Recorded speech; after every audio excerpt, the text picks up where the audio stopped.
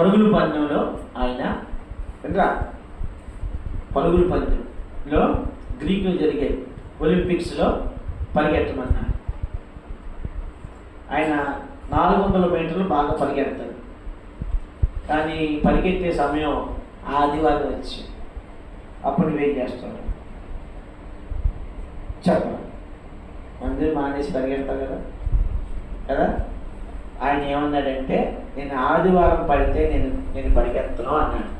ఒరే, దేశం కోసంరా, నువ్వు అలా చేయకూడదురా అని ఎంతమంది బతులాడిన పరిగెత్తలేదు. అయితే బుధవారం వచ్చింది. బుధవారం నాడు 100 మీటర్లు పరిగెత్తి ఒలింపిక్ సాధించాడు. అంటే ఇక్కడ మనం ఏం నేర్చుకోవాలి? దేవుణ్ణి గణపరచడం నేర్చుకోవాలి. దేవుని మనం గణపరిస్తే కలుగు చెప్పలేదురా.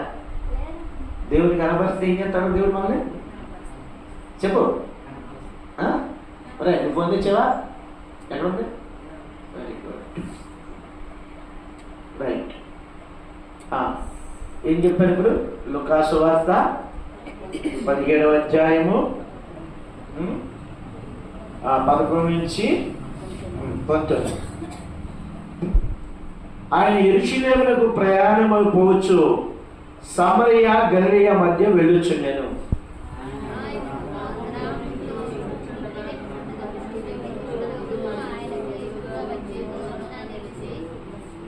యేసు ప్రభువా మమ్మల్ని కరుణించమని కేకలు వేసిరి.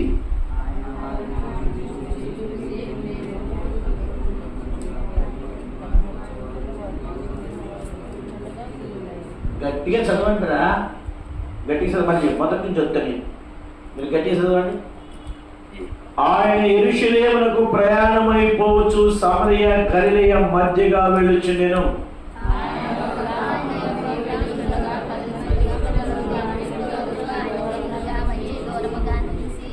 యేసు ప్రభువా మమ్మల్ని కరుణించమని కేకలు వేసిరి.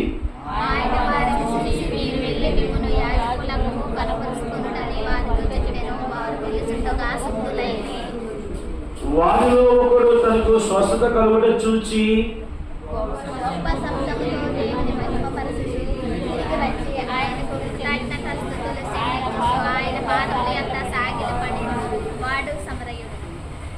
అందుకు యేసు 10 మంది శుద్ధులేరి కారా, ఆ 9 ఎక్కడ?